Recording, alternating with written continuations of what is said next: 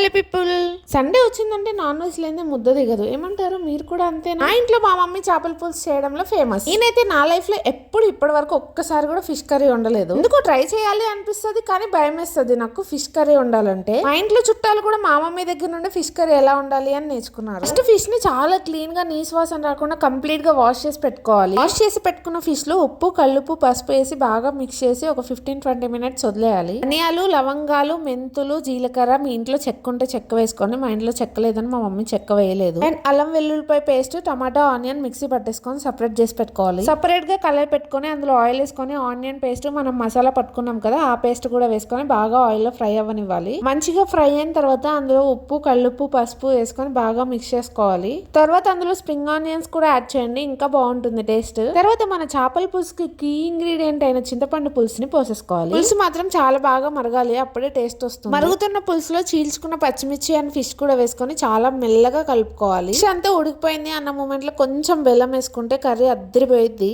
కొత్తిమీర వేసుకొని curry finish చేసండి. Video నచ్చితే సబ్స్క్రైబ్ చేసి సపోర్ట్ చేయండి.